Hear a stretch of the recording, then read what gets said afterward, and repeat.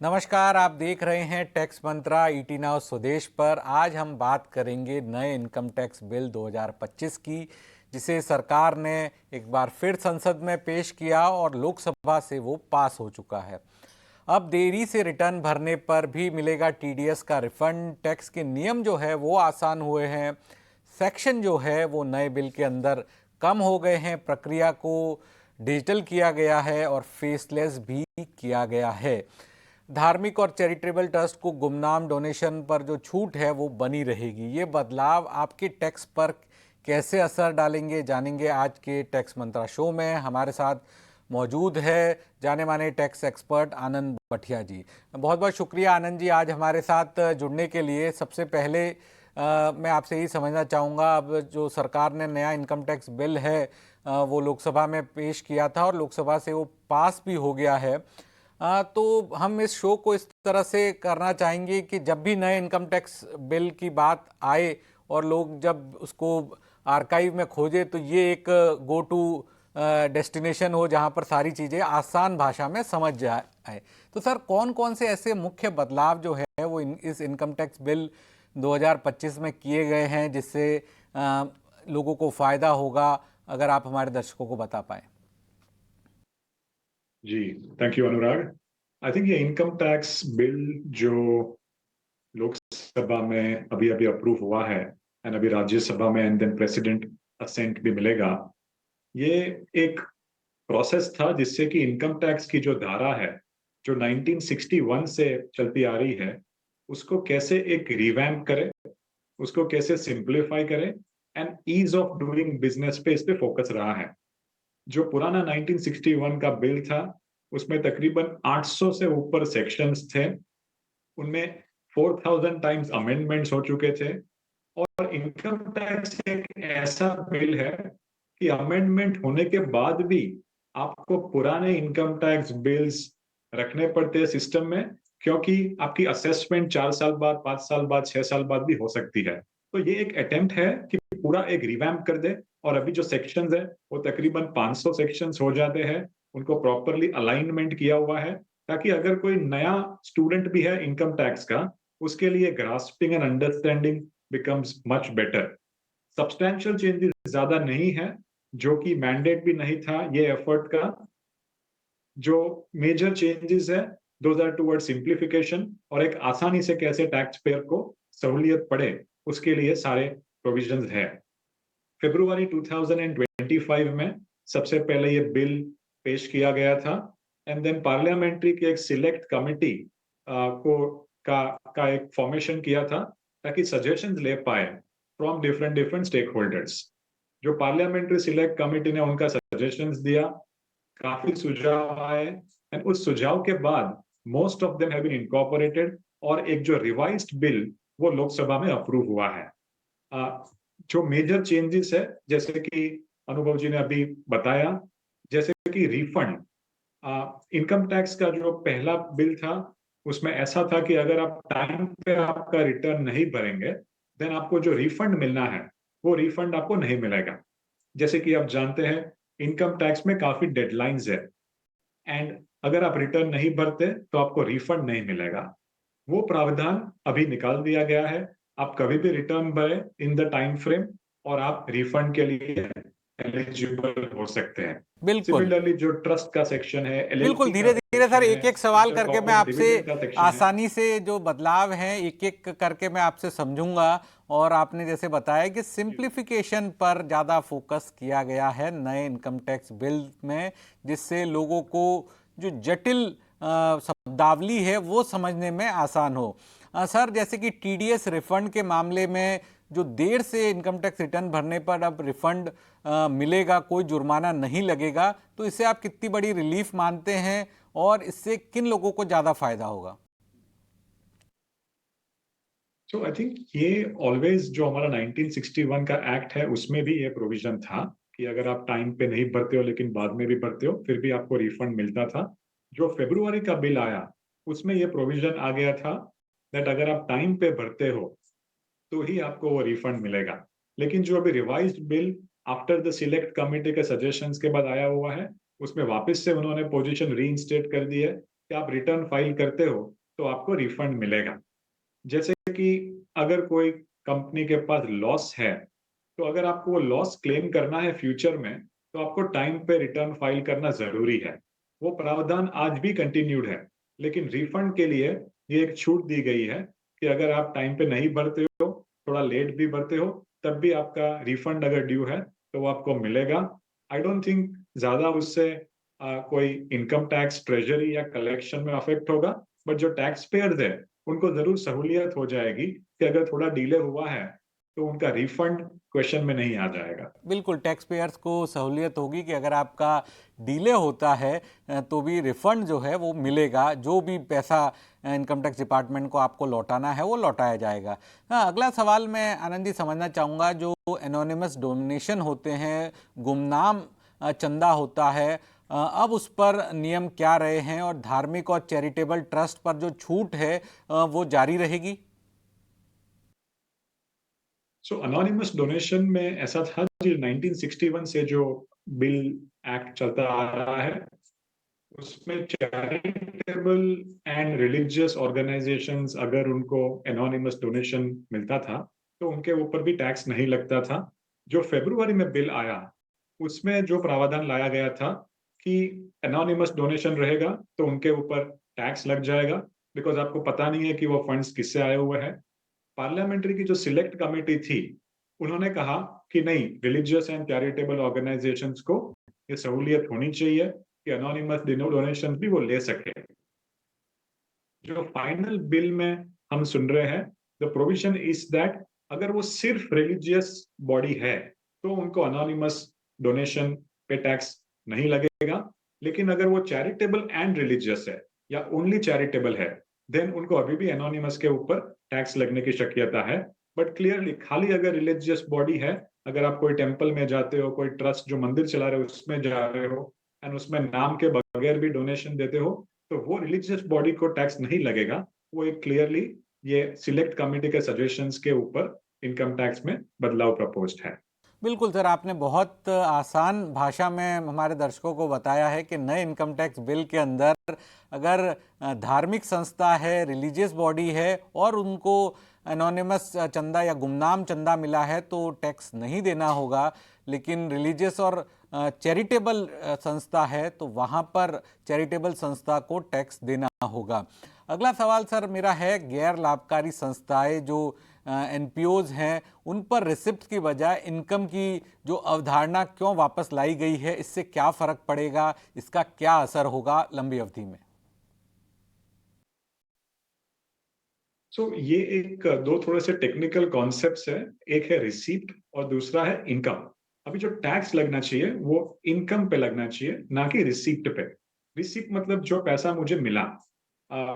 जैसे कि मैं कोई चीज बेचता हूँ 1 लाख रुपए में, तो मेरी 1 लाख की रिसीप्ट हो गई।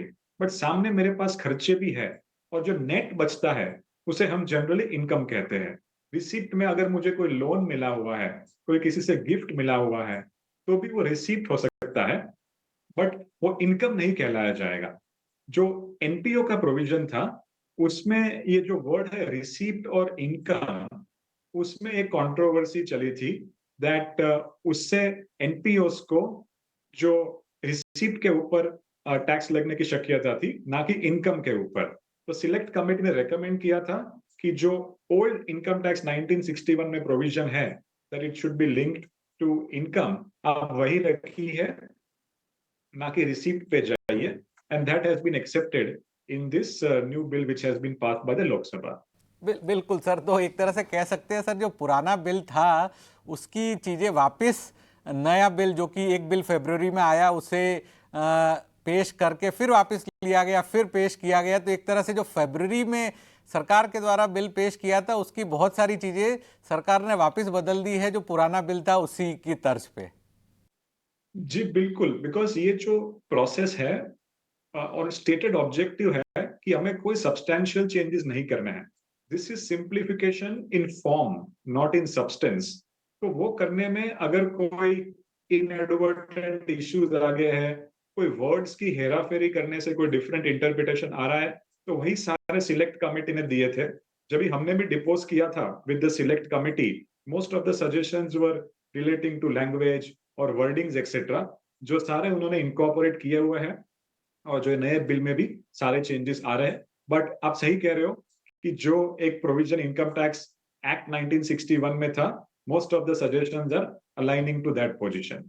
बिल्कुल सर, आगे बढ़ता हूं सर। और एक और चीज़ आपसे समझना चाहेंगे, लिमिटेड लाइबिलिटी पार्टनरशिप एलएलपी पर जो अल्टरनेटिव मिनिमम टैक्स का दायरा अब कैसे बदला है?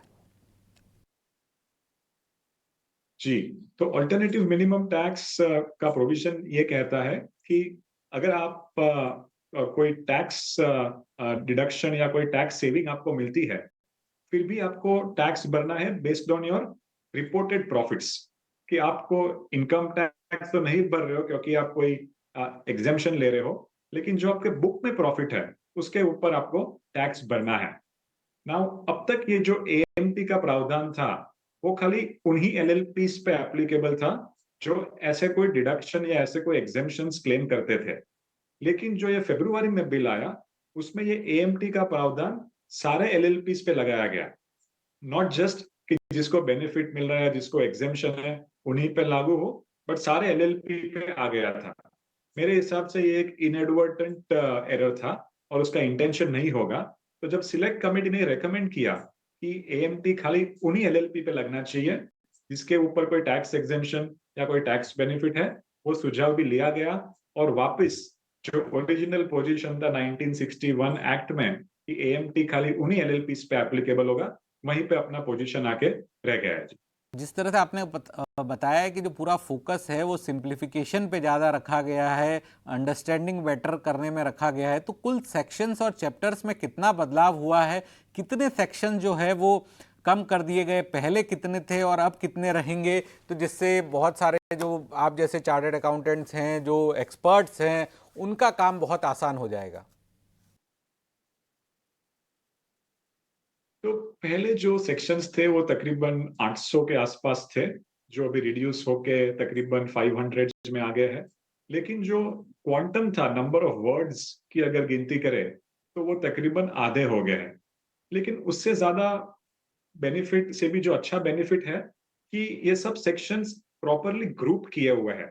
जैसे कि जो आपने एनपीओ की बात की, तो एनपीओ के प्रावधान अलग अलग जगह पे बिखरे हुए थे इनकम टैक्स एक्ट में, वो सारों को एक जगह पे लाके कंबाइंड एंड कंसोलिडेट किया गया हुआ है। तो मुझे नहीं पता कि एग्जिस्टिंग चार्टर्ड अकाउंटेंट्स को कितना फायदा होगा, लेकिन जो नए स्टूडेंट्स ऑफ चार्टर्ड अकाउंटेंसी है उनको बिल्कुल फायदा होगा कि वो लोग एक प्रॉपर फॉर्मल वे में, स्ट्रक्चर्ड वे में पढ़ाई कर पाएंगे।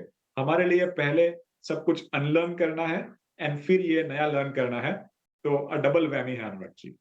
बिल्कुल, डबल वहमी की बात करी सर आपने। सर मैट और एएमटी को अभी बताया, लेकिन अब अलग अलग सेक्शन में जो इसे बांटा गया है, इसका जो क्या आपको लगता है टैक्स पेयर्स पर भी असर पड़ेगा? नहीं अनुराग जी, आई थिंक जो मैंने बात की कि एएमटी जो एलएलपी पे एप्लीकेबल है और बाकी सब असेसीज पे है, और मैट जो कंपनीज पे एप्लीकेबल है, तो जैसे कि सेग्रीगेशन हुआ है तो वो एएमटी के प्रोविजंस एलएलपी एंड बाकी असेसीज के साथ जुड़े हुए हैं, और जो मैट के प्रोविजंस है वो कंपनीज एक्ट और कॉर्पोरेट टैक्सेशन में जुड़े हुए हैं। इससे मुझे नहीं लगता है कि there is any adverse impact या कोई भी कोई एक गलत इम्पैक्ट होगा on the taxpayer. This is only a simplification, no major impact on the taxpayer. बिल्कुल सिंप्लीफिकेशन ही है, टैक्स पेयर्स पे कोई असर नहीं पड़ेगा। सर आपसे एक चीज़ ये भी समझना चाहता था कि बिजनेस के बाद जो प्रोफेशन सब जो वर्ड है वो जोड़ा गया है, जिसमें 50 करोड़ से ज़्यादा रिसिट वाले प्रोफेशनल्स के लिए कुछ असर पड़ेगा, तो इसके क्या मायने देखे जाए, इसको किस तरह से रीड किया जाए? तो एक जो गवर्नमेंट का एक बहुत अच्छा इनिशिएटिव रहा है over the last many years कि सब पेमेंट्स जो है वो बैंकिंग चैनल्स के थ्रू, डिजिटल चैनल्स के थ्रू हो, एंड जहां तक हो सके कैश एंड और अदर मीन्स से ट्रांजैक्शन कम हो। वो एक सेक्शन है कि काफी एसएससीज को उनका काफी सारा transaction through banking means and digital channels करना पड़ता है। उसमें बिजनेसेस इंक्लूडेड थे, लेकिन कोई कारण से प्रोफेशंस को इंक्लूड नहीं किया गया था। बिकॉज प्रोफेशन डॉक्टर्स हो सकते हैं, लॉयर्स हो सकते हैं, चार्टर्ड अकाउंटेंट्स हो सकते हैं, तो जरूरी नहीं है कि उनका सारा पेमेंट थ्रू बैंकिंग चैनल्स आए। तो इसीलिए अगर कोई प्रोफेशन है जिसका 50 करोड़ से ऊपर की रिसीप्ट्स है, फिर उनके ऊपर ये प्रावधान लागू होगा, जहां पे they will have to take their receipt by banking channels और by digital currency only, and cash का यूजेज उनको कम करना पड़ेगा। छोटे छोटे प्रोफेशनल्स है, डॉक्टर्स है, जिनकी इतनी ज्यादा इनकम नहीं है 50 करोड़ तक, वो स्टिल कंटिन्यू कर सकते हैं। बट बिगर प्रोफेशनल्स जो है 50 करोड़ से ऊपर वाले, उनको अभी ज्यादा बैंकिंग एंड डिजिटल करेंसी का यूज करना होगा। अच्छा सर, तो जो बहुत से चार्टर्ड अकाउंटेंट्स हैं, डॉक्टर्स हैं, जो कैश में फीस लेने का कहते हैं सर, तो उनके लिए दिक्कत आ जाएगी? बिल्कुल, आई थिंक डॉक्टर्स, बिकॉज वो लोग इंडिविजुअल पेशेंट से डील करते हैं, कभी कभी ये होता है कि वो बैंक से कैसे ट्रांसफर करे या डिजिटल का सहूलियत नहीं होती है पेशेंट के पास। बट ये खाली कोई प्रोफेशन जो 50 करोड़ से ऊपर कमा रहा है उनके लिए ही है, जो मैं समझता हूँ स्वाभाविक है कि वो कोई हाई एंड सर्जन या कोई हॉस्पिटल से अटैच्ड होगा, तो उनके लिए आसानी हो सकती है। बट इससे मुझे नहीं लगता है कि छोटे छोटे प्रोफेशनल्स को कोई ज्यादा इनकन्वीनियंस होगी। बिल्कुल, ज़्यादा इनकन्वीनियंस नहीं होगी। और सर, क्या आपको ये भी लगता है, क्योंकि अभी भी भारत में जो ओवरऑल टैक्स बेस है वो काफ़ी कम है, तो उसको और किस तरह से सर बढ़ाया जा सकता है, उसमें और क्या किया जा सकता है, और इनकम टैक्स बिल उसमें आपके मुताबिक कुछ असर डालेगा? सो अनुराग जी, ये जो इनकम टैक्स बिल है, इसमें कोई भी सब्सटैंशियल चेंजेस नहीं किए गए हैं, ना ही उनका प्लान था। तो इससे कोई टैक्स बेस एनहांसमेंट की या रेवेन्यू कलेक्शन की उम्मीद नहीं रखनी चाहिए। दिस इज ओनली कि जैसे अपने को सिंपल कर पाए, आसान कर पाए, लिटिगेशन कम कर पाए और एम्बिग्यूटी कम कर पाए, वही उसके ऑब्जेक्टिव्स थे। There are lot of suggestions जो गवर्नमेंट काम कर रही है to enhance the tax base, that will come subsequently. But in this income tax bill, उसमें ऐसा कोई नहीं है जिससे आपका टैक्स बेस का एनहांसमेंट हो पाएगा। बिल्कुल सर। तो सर, आपके मुताबिक ऐसे और क्या सुझाव अगर आपको सरकार को देने हो जिससे ओवरऑल टैक्स बेस है वो बढ़ाया जा सके, तो आप देना चाहेंगे सरकार को, और आपने दिए भी होंगे, हमारे दर्शकों को बता सके तो? तो हमने काफी सजेशंस दिए थे at Bombay chartered accountant society, and जो पार्लियामेंट की सिलेक्ट कमेटी में भी जब भी हमें मौका मिला था, ये सिंप्लीफिकेशन के नजरिए से हमने एक सजेशन दिया था कि जो ईज ऑफ बिजनेस का एक फोकस है, उसमें एक कॉन्सेप्ट है ग्रुप टैक्सेशन का। आज वेस्टर्न इकोनॉमीज में देखा जाए, तो अगर आपकी एक कॉरपोरेट है, तो एक होल्डिंग कंपनी है, एंड उसके नीचे 10 अलग अलग सब्सिडियरीज है। तो आप वेस्टर्न कंट्रीज में सारे 11 कंपनीज का एक ही इनकम टैक्स रिटर्न भर सकते हो, एंड उनका एक ही असेसमेंट होगा। जबकि इंडिया में मुझे वो 10 कंपनियां एंड मेरी होल्डिंग कंपनी, सबके अलग अलग कंप्लायंसेस, सबके अलग अलग फाइलिंग्स, सबके अलग अलग कॉम्प्लिकेशंस करने पड़ेंगे। तो एक सुझाव जो हमने रखा था कि अगर इंडिया में भी ग्रुप टैक्सेशन का एक कॉन्सेप्ट लाया जाए, जिससे कि एक ईज ऑफ बिजनेस हो जाएगा, and even from a department perspective उनके लिए भी आसानी हो जाएगी कि वो सारी कंपनी का एक ही साथ कर रहे हैं। आज बड़ी बड़ी जो कंपनियां हैं, जैसे कि रिलायंस इंडस्ट्री या किसी भी और बड़ी कंपनी को देख ले, तो ऑन एन एवरेज उनके पास 50 या 60 सब्सिडियरीज होगी। तो अगर उनको कंबाइन करके ग्रुप लेवल पे टैक्सेशन किया जाए, so it can be a very big सुझाव on ease of doing business। तो वो एक हमने कहा था from a simplification perspective, जो आई थिंक जितना हम समझते हैं ये बिल में तो नहीं है, लेकिन आगे जाके जरूर गवर्नमेंट कंसिडर कर सकती है। बिल्कुल सर। नहीं, ये तो सर कंपनी स्पेसिफिक हो गया, लेकिन कॉर्पोरेट स्पेसिफिक हो गया। जो टैक्स पेयर्स है, आम टैक्स पेयर्स है, इंडिविजुअल टैक्स पेयर्स है, उसका भी बेस जो है काफ़ी कम है भारत के अंदर, अभी भी वो सिंगल डिजिट के अंदर ही है। अगर पूरी जनसंख्या की बात करें तो उसे और कैसे बढ़ाया जा सकता है, क्योंकि हम दूसरी तरफ देखते हैं नंबर ऑफ लग्जरी कार्स की बिक्री, या फिर फॉरेन ट्रैवल की जो डेटा है, बाकी फेस्टिव सीजन के अंदर जो डेटा आता है वो बताता है कि कहीं ना कहीं मिसमैच है number of real tax filers and number of people who are earning above the certain percentage. तो जो जो मुझे लगता है कि जब हम टैक्स बेस के एक्सपांशन की बात करते हैं, या हम कहते हैं कि इंडिया में लेस परसेंटेज ऑफ लोग टैक्स भरते हैं, हम खाली डायरेक्ट टैक्स के नजरिए से बात कर रहे हैं। लेकिन अगर आप इनडायरेक्ट टैक्स को भी, क्योंकि वो भी एक टैक्स है, उसको अगर आप जोड़ेंगे तो आप मानेंगे कि तकरीबन हर एक इंडियन टैक्स भरता है। क्योंकि अगर आप जीएसटी एंड इनकम टैक्स दोनों को मिला के देखें, which is what the tax is, तो हर एक इंडियन टैक्स भर रहा है। आप छोटी से छोटी बिस्किट भी लेते हो या आप कुछ भी इंश्योरेंस भी लेते हो, तो भी आप जीएसटी कंट्रीब्यूट कर रहे हो to the government. Recent budget में भी 12.5 तक की लिमिट बढ़ा दी। Generally also I think government ये चाहती है कि इंडिविजुअल्स को इतनी टैक्स की परेशानी ना हो, जहां तक हो सके जीएसटी का कलेक्शन भी बॉयंट है। तो ये कहना सही नहीं है कि इंडिया में टैक्स बेस कम है। इंडिया में डायरेक्ट टैक्स का टैक्स बेस जरूर कम है, बट आई थिंक वो एक as a policy measure recent budget में भी अगर आप देखेंगे तो काफी सारे थ्रेशोल्ड बढ़ा दी गई है, ताकि इंडिविजुअल्स को आसानी रहे एंड टैक्स कलेक्शन जीएसटी के थ्रू वैसे ही वो इंडिविजुअल्स भी कंट्रीब्यूट कर रहे हैं। बिल्कुल सर, आखिरी सवाल होगा मेरा आपसे, क्योंकि रिटर्न फाइलिंग का सीजन चल रहा है।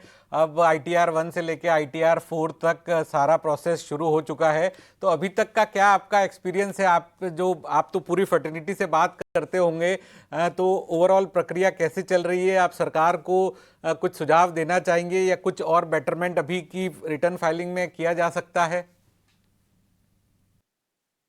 तो रिटर्न्स के जो फॉर्म है वो रिसेंटली आए हुए हैं, बाकी भी आ रहे हैं।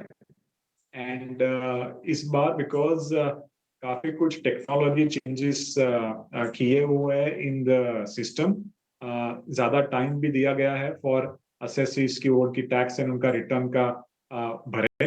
एंड अब तक का जो एक्सपीरियंस हमारा रहा है is that the system is working smoothly. लेकिन थोड़ा सा जो लास्ट मोमेंट पे प्रेशर आता है, तभी सिस्टम की रियल स्ट्रेंथ मालूम होती है। जो पिछले 4-5 साल से एक टेक्नोलॉजी इनिशिएटिव रही है, जैसे कि AIS या automated income tax return filing, उससे ये होता है कि काफी कुछ डेटा प्री फिल्ड फॉर्म में आपको मिलता है एंड देन आपको काफी कुछ आसानी हो जाती है in terms of filing your income tax return. और जो ये नया टेक्नोलॉजी फ्रेमवर्क जिसकी वजह से जो ये इनकम टैक्स रिटर्न में थोड़ा डिले भी हुआ है, वो और उसको एनहांस कर रहा है। तो as chartered accountants we are only supporting कि ये जो टेक्नोलॉजी इनिशिएटिव्स है वो हमारा काम आसान कर रही है, ताकि हर एक देशवासी उसका टैक्स का भुगतान और रिटर्न की फाइलिंग कर पाए। बिल्कुल सर, और आप मान रहे हैं कि लास्ट मोमेंट तक नहीं रुकना है, तो आपके जो भी क्लाइंट्स वगैरह थे सर, उनके द्वारा प्रक्रिया शुरू कर दी गई है या फिर ज़्यादातर क्लाइंट हर बार की तरह देखते हैं कि लास्ट मोमेंट तक ही रुके रहेंगे? आई थिंक वो एक ह्यूमन नेचर है, एक स्वभाव है कि यस यस। एक डेडलाइन आती है तो सारे जन तब तक वेट करते हैं एंड देन लास्ट मोमेंट पे आते हैं। बट हमारे तरफ से, हमारे इंस्टीट्यूट की तरफ से, BCS की तरफ से ये एफर्ट जरूर रहता है कि हम लोगों को पुश करें कि अर्ली करें, टाइमली करें, ताकि लास्ट मोमेंट का रश अवॉइड हो। बट मैं बहुत ही सरप्राइज हो जाऊंगा अगर लास्ट मोमेंट पे लोग ना आए या भीड़ ना हो। आई थिंक वो जो एक हमारा ह्यूमन नेचर है, वो कोई टैक्स लॉ नहीं बदल सकता है, जो मैं बिल्कुल, ये ह्यूमन नेचर है और ये टैक्स लॉ नहीं बदला जा सकता है। बहुत बहुत शुक्रिया आनंद जी, आज हमारे साथ जुड़ने के लिए और नए इनकम टैक्स बिल की बारीकियां हमारे दर्शकों को बताने के लिए। और बाकी के वक्त में आपने ये भी बताया कि क्या और सुझाव दिए हैं आपने सरकार को। बहुत बारीकी से आपने समझाया सारे जो प्रावधान थे, जिसको बहुत लोग बड़ा मान रहे थे कि बहुत बड़े बदलाव हुए, लेकिन आपने जो हमारे दर्शकों को बताया बारीक आसान भाषा के अंदर के बदलाव इतने नहीं हैं, केवल सिंप्लीफिकेशन है, चीज़ों को सिंपल तरीके से सरकार रखना चाहती है। आपका शुक्रिया।